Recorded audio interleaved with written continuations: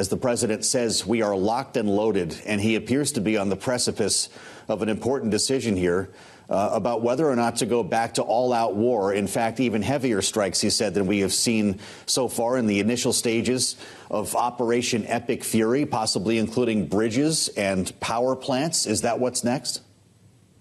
I don't know. I hope not. I think it would be Operation Epic Chaos at that point, because remember, just as we hold certain Iranian assets, such as power plants, at risk, they hold various U.S.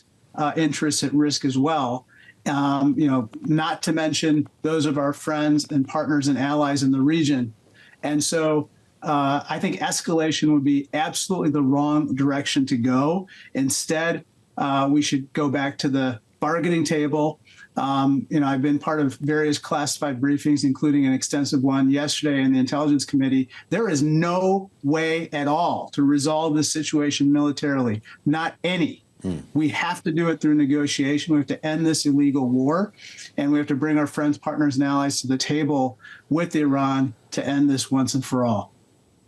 Well, you guys are out of town now. Of course, realize the Senate will be here for a minute next week. They'll be headed to their August recess. There's money to raise. There are campaigns to run for re-election. Is the president going to comport this war while you're out of town without the oversight of Congress?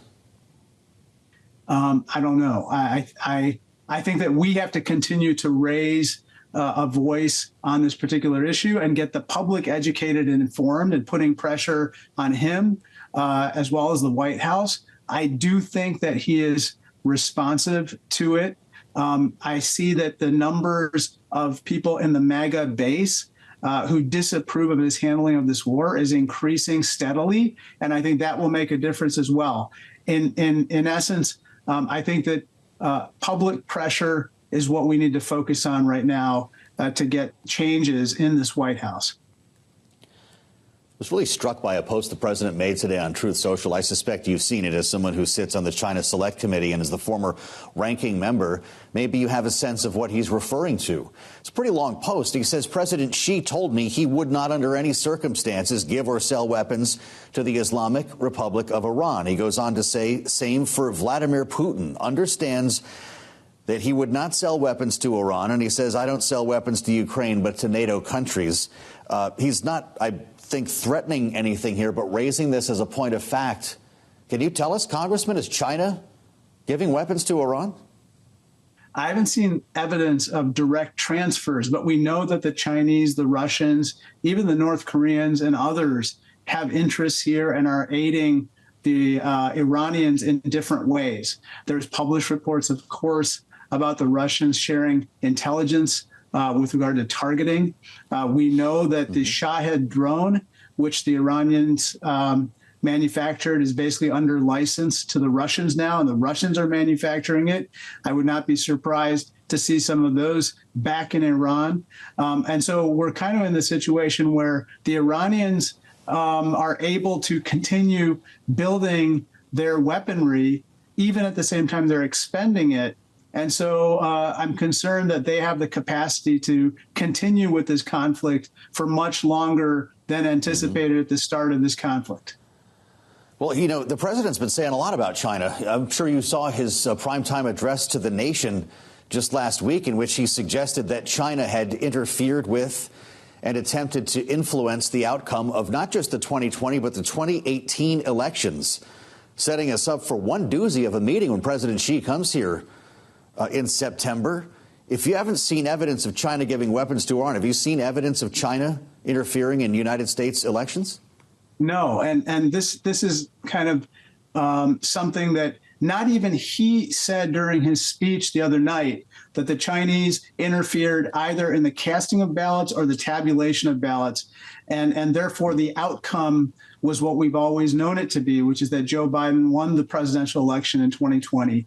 And so you have to ask the question, why is he bringing this up? It appears to be a pretext to interfere in the upcoming elections in November in different heavy-handed ways. And so, again, we in Congress, just as we have repeatedly passed the War Powers Act to try to block further hostilities with regard to Iran, I think we have to take action with regard to the election, whether it's preventing DHS from leveraging its anti-terrorism funds to try to get states to go its way in terms of election procedures, or the USPS being instructed not to deliver mail-in ballots to any states that refuse to hand over their voter registration rolls to the federal government.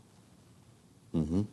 Well, you know, we've been talking a lot about China with you, of course, here on Bloomberg, and the prospect of export controls on our technology, and, of course, the interference that we've seen in many cases in Chinese technology here.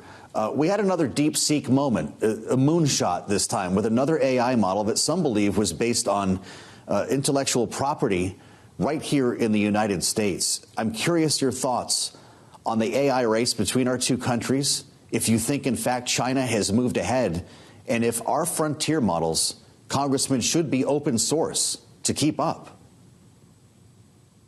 I don't think that they've moved ahead. However, they are closing the gap. And so whereas, you know, previously we may have been years ahead, now I think a lot of experts think that we are months ahead in terms of where the frontier labs are relative to the Chinese models. That to me means at least three things we have to do. One, we absolutely have to further restrict the export of those highest end semiconductor chips. The fact that the Trump administration is considering sending these types of chips to China is ridiculous, especially in light of what we know about the advances of their AI models and the use of those AI models, by the way, for their military programs and for perpetration of human rights abuses. The second thing is we've got to do whatever we can here to stop shooting ourselves in the foot with regard to our best talent in AI. You know, our immigration crackdowns are further pushing away the very talent that we need to win the AI race. And then third and finally, yes, I do think that some of these, this distillation, what they call distillation, or getting Anthropic and OpenAI and other models here to teach the Chinese models how to enhance their capabilities is probably a gray zone that, in my opinion, starts to look like mass industrial scale intellectual property theft. And so we've probably got to regulate that as well. I guess the last thing I would just say is we're also hobbling ourselves through a political agenda where, for instance, Anthropic gets labeled as a national security risk by the Department of War, and that hurts our ability to use Anthropic and our highest end large language models to enhance our own security. I want to ask you about an op-ed that I saw you wrote in Chicago Tribune. The headline is "The Iran Gas Tax is going to hit American families, but we can change the future." We've got a national average, Congressman, today, $4.10. In your state of Illinois, $4.26. You're above the national average.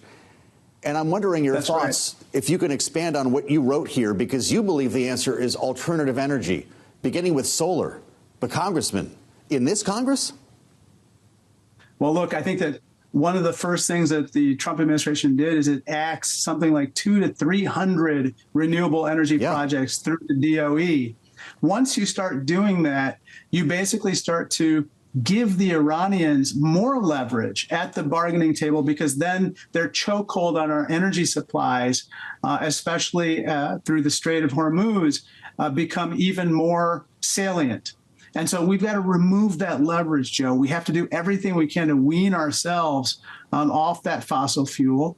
So, for instance, that means embracing EV technology. It means making sure that renewable energies, whether it's solar or wind or other types of renewables, are able to flourish here.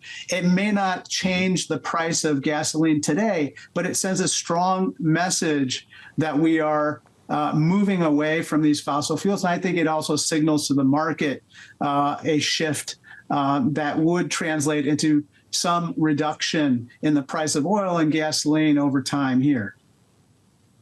Need to know in our remaining moment your thoughts on what happened today in the DNC Rules and Bylaws meeting. Congressman, it looks like South Carolina is going to win to be the first in the nation primary state. Forget New Hampshire. We'll have another write-in campaign there for the next Democratic nominee like last time. Do you support this? Well, look, I think that South Carolina, was chosen in part because of the horrible changes to our voting rights laws and what the Supreme Court has done in really kind of eviscerating the Voting Rights Act. And so I think putting a spotlight on the South at this moment is in part why South Carolina was chosen.